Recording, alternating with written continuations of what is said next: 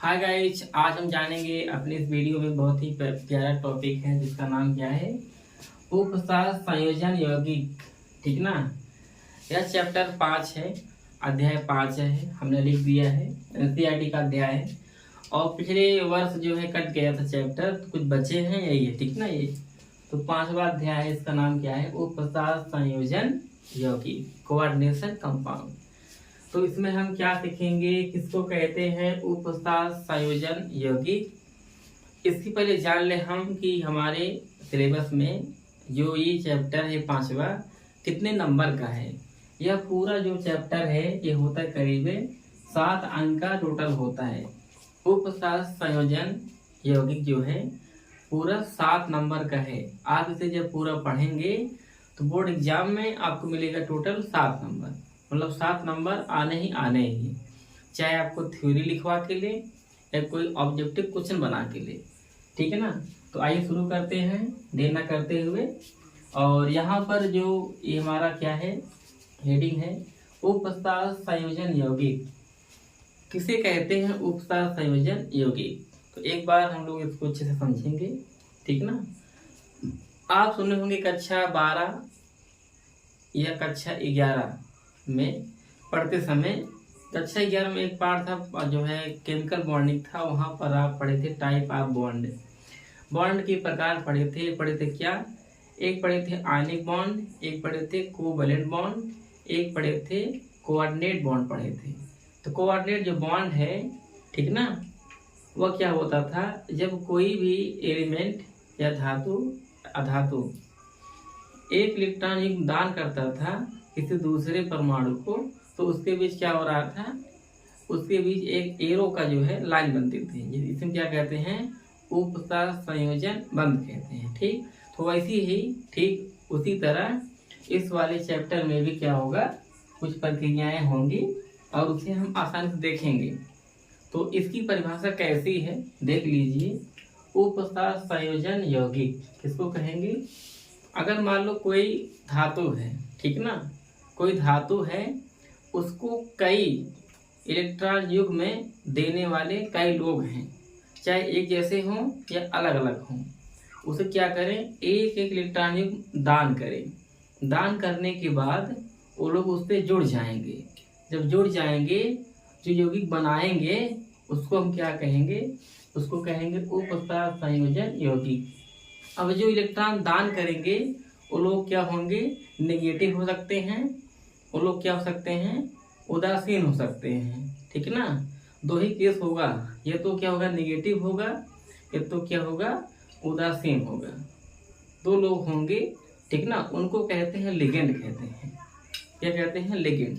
वो लोग क्या करते हैं, अपना इलेक्ट्रॉन दान करते हैं, ठीक ना, किसी ऐसे परमाणु को जिनके पास क्या हो, इलेक्ट्रॉन की कमी हो, इलेक्ट्रॉन डिफिशियंसी हो। तो वो कौन होता है, वो होता है हमारा मेटल होता है। ठीक ना। क्या होता है, वो मेटल होता है।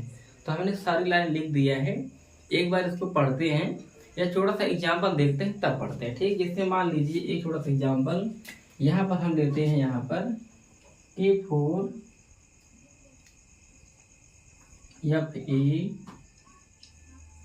FeCN6। ठीक ना। ये हमारा क्या है, यह हमारा उपसर्ग संयोजन यौगिक है। क्या है ये, उपसर्ग संयोजन यौगिक है। अब देखो ध्यान से, इसमें जो ये है Fe, ये हमारा क्या है, यह हमारा केंद्रीय परमाणु है, केंद्रीय धातु परमाणु। इसको हम कहेंगे इंग्लिश में सेंट्रल मेटल एटम कहेंगे। ये हमारा क्या है, Fe केंद्रीय धातु परमाणु है। अब ये क्या करेगा, जो दिख रहा है ना ये Cn, ये हमारा साइनाइड है। टोटल कितनी संख्या है, 6 है। अब 6 साइनाइड जो हैं उनके पास एक एक इलेक्ट्रॉन युग्म हो, वो क्या करेंगी, इस Fe को, इस Fe को अपना इलेक्ट्रॉन युग्म दान करेंगे। जब दान करेंगे, 2 करेंगे, एक जोड़े में मतलब एक इलेक्ट्रॉन युग्म दान करेंगे। तो जब जब एक इलेक्ट्रॉन युग्म कोई दान करता है तो उसके बीच जो बॉन्ड बनता है, एरो बनता है। ठीक ना, एरो कुछ ऐसे, इसको कहते हैं कोऑर्डिनेट बॉन्ड कहते हैं। इसको क्या कहेंगे हम, कोऑर्डिनेट नेट बॉन्ड कहते हैं। क्यों कहते हैं? क्योंकि यह जो है तेल उस तरफ लगेगा जो दो इलेक्ट्रॉन लिया हो, मतलब एक जोड़ी इलेक्ट्रॉन लिया हो। तो यहाँ पर कौन है ये? यहाँ पर होगा आयरन। इन 6 साइनाइड से एक इलेक्ट्रॉन युग्म लेगा, लेने के बाद इनके बीच क्या बन जाएगा? कोऑर्डिनेशन बॉन्ड बन जाएगा। और ये प्रक्रिया जो दिखेगी जिन यौगिकों में, यह जो प्रोसेस होगा जिन जिन यौगिकों में, उसको क्या कहेंगे हम? उसको कहते हैं उपस्था संयोजन यौगिक कहेंगे। ठीक, तो आइए परिभाषा को पढ़ लेते हैं। हमने बहुत अच्छा से लिखा है, एक बार पढ़ते हैं और आप समझ जाएंगे। ठीक, क्या लिखा है? जब कोई धातु अत्यधिक नेगेटिव या न्यूट्रल अर्थात ऋणात्मक या उदासीन लिगेंड से, जैसे मान लो जब कोई धातु, ये क्या हमारा आयरन क्या है? धातु है। यह जो है अधिक नेगेटिव या उदासीन लिगेंड से, इसको कहेंगे लिगेंड कहेंगे इसको, ठीक ना। ये CN सिर्फ जो है क्या है? लिगेंड है। इससे ठीक जुड़ा हो, इससे ये जुड़े रहेगी तो उसे संकुल यौगिक कहते हैं। जब ये अटैच हो जाएगी तो कहेंगे क्या? इसको केवल कहेंगे तब संकुल यौगिक कहते हैं। आगे, तथा अधिक ऋणायन या उदासीन अणुवे केंद्रीय धातु परमाणु को, ये क्या हमारा? या फिर क्या है? केंद्रीय धातु परमाणु है। केंद्रीय धातु परमाणु को एक इलेक्ट्रॉन युग्म, मतलब एक इलेक्ट्रॉन युग्म को क्या करेंगी? दान करेंगे। किसे? Fe को दान करेंगे। दान करके केंद्रीय धातु से उपसह संयोजन आबंध बनाती हैं। यही वाला बॉन्ड, ठीक है। ये क्या है? उपसह संयोजन आबंध बनाती हैं। यह प्रक्रिया जिस यौगिक में पाया जाएगा, ठीक ना, उसे उपसह संयोजन यौगिक कहते हैं। तो ये हमारा क्या है? यौगिक है। इसमें ऐसा प्रोसेस पाया जा रहा है, CN जो है अपना एक इलेक्ट्रॉन युग्म में Fe को दान कर रहे हैं। तो ये हमारा क्या है? प्रोसेस है। इसको हम कहेंगे क्या? यह उपसह संयोजन यौगिक है। ठीक है। अगर ऐसा नहीं हो रहा है तो हमारा क्या है? उपसह संयोजन यौगिक नहीं है। तो और 2 बात यहाँ पर सुन लेते हैं। नोट पर क्या है? ट्रांजिशन एलिमेंट मोर अमाउंट में कोऑर्डिनेशन कंपाउंड बनाती हैं। ठीक है। संक्रमण तत्व अधिक से अधिक मात्रा में उपसह संयोजन यौगिक बनाती हैं। अब संक्रमण तत्व कौन है? ये होती है डी ब्लॉक के एलिमेंट। फर्स्ट ट्रांजिशन सीरीज, प्रथम श्रेणी या प्रथम संक्रमण श्रेणी के तत्व, ठीक ना। तो ये सब क्या होंगी? सब क्या बनाएंगी? कोऑर्डिनेशन कंपाउंड बनाएंगी। और क्या है? डी ब्लॉक के तत्वों का डी कक्षक, ये रहा डी कक्षक, अधिक खाली होता है। खाली होने के कारण इलेक्ट्रॉन की उन्हें जरूरत होती है, ठीक ना। इससे क्या हो? इन कक्षकों में इलेक्ट्रॉन आ जाए। ये लोग क्या करते हैं? तब आधी के उनके पास क्या हो? इलेक्ट्रॉन युग्म हो, उनके पास क्या करते हैं? जाके जोड़ते हैं। वो लोग अपना अपना इलेक्ट्रॉन युग्म दान करते हैं और उनसे बॉन्ड बना के अस्थायी हो जाते हैं। तो यहाँ पर इलेक्ट्रॉन भर जाएगा। तो ऐसे कंपाउंड क्या कहेंगे हम? उपसह संयोजन यौगिक कहते हैं। ठीक। तो एक एग्जाम्पल और लेते हैं, इसके बाद आपको एक्सप्लेन करेंगे। ठीक है। तो आगे बढ़ते हैं। ये क्या करके इसे एक बार नोट कर लें। ठीक है। इसके बाद हम एक बार इसको समझाएं, तो आप इसे अच्छे से नोट कर लीजिए। ठीक है।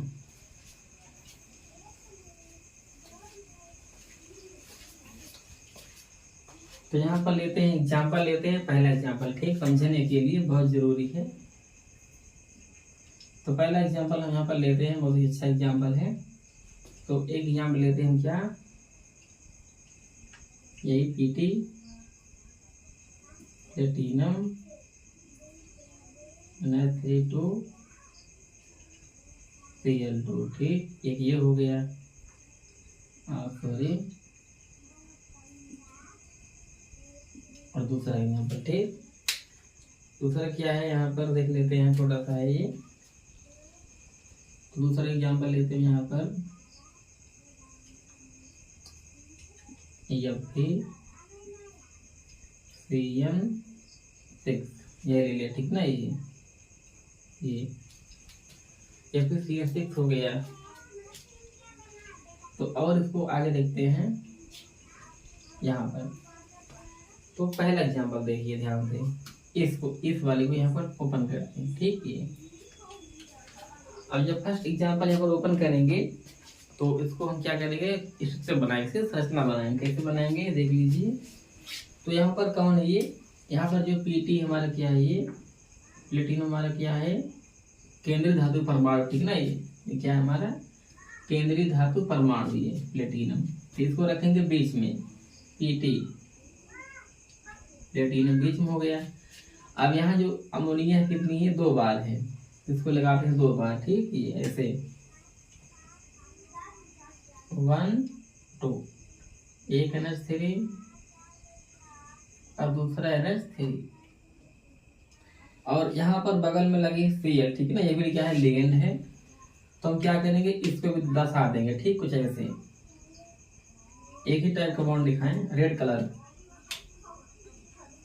Cl Cl। ठीक है, तो इसको हम कर देते हैं कुछ अलग रंग का।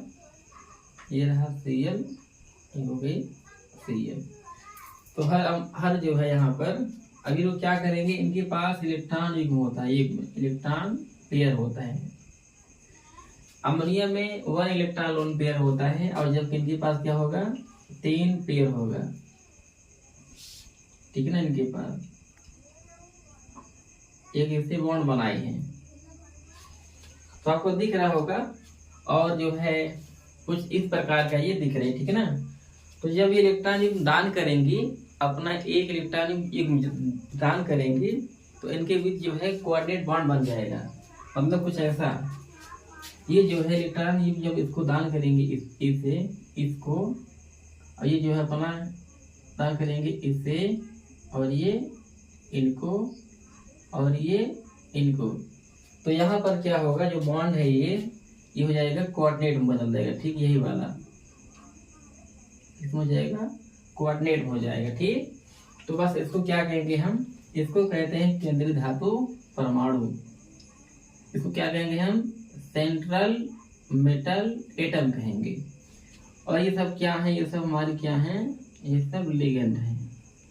अच्छा, Cl कैसा होता है, Cl होता है नेगेटिव में। तो ये कैसा हो गया, ये नेगेटिव लिगेंड हो गया। ठीक ना, ये नेगेटिव है लिगेंड हो गया। और यहाँ पर देखा जाए NH3 क्या है, हमारा क्या है, उदासीन लिगेंड है, न्यूट्रल है, न्यूट्रल है लिगेंड है। ठीक ना, ये तो आई होप आपको समझ में आ गया होगा। इसको कहते हैं कोऑर्डिनेशन कंपाउंड। ठीक ना, तो ऐसे क्या है, सभी यौगिकों में मिलेगा आपको। ऐसे देखते हैं अगला क्या है, FeCN है। तो इसको क्या करेंगे हम, यहाँ बना लेते हैं, बहुत ही सिंपल है, छोटा है। तो Fe को रखो बीच में। अब कितने टोटल यहाँ पर CN 6 है। तो यहाँ इसको इस तरफ दिखाते हैं, है ऐसे, एक यहाँ, एक यहाँ, एक यहाँ, एक यहाँ। अब 2 जो है आप ऐसे लगा लो। ठीक है ना, ये वर्टिकल में ऐसे लगा लो, कोई दिक्कत नहीं। तो हम इसको ऐसे दिखा दे रहे हैं, ऐसे। ठीक है, ये सब क्या है, टोटल CN है। यहाँ कर देते हैं हम CN,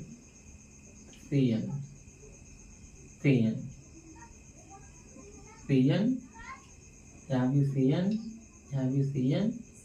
इनके ऊपर lone pair, lone pair, lone pair, lone pair, lone pair. तो क्या करेंगे, अब इलेक्ट्रॉन को दान करेंगे इसे।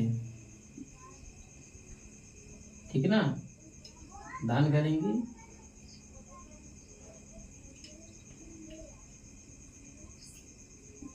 और क्या बना लेंगे, कोऑर्डिनेट बॉन्ड बना लेंगे। ठीक है ना, इनके बीच।